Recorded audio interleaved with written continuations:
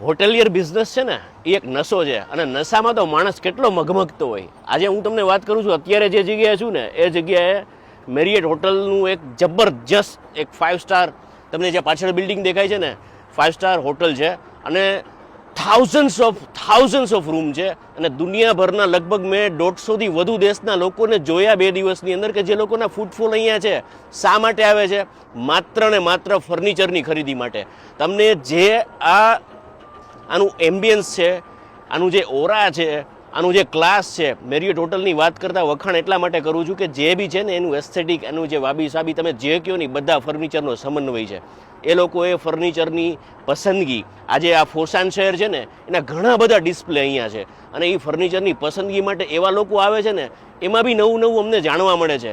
Even ધો મયુરભાઈની furniture series માટે મયુરભાઈની સાથે આપણે રહીને ઘણું શીખ્યા છીએ, જાણ્યું છે, છતાં બી એમ લાગે કે ધંધામાં ચાલુ રોજે રોજ કંઈક ને કંઈક નવું નવું જાણવા મળે છે. ખાસ કરીને હોટેલિયર હોય અને હોટલના ધંધામાં પેશનથી કાંઈ ફર્નિચરની પસંદગી કરવી હોય ને તો સાહેબ આ શહેર છે.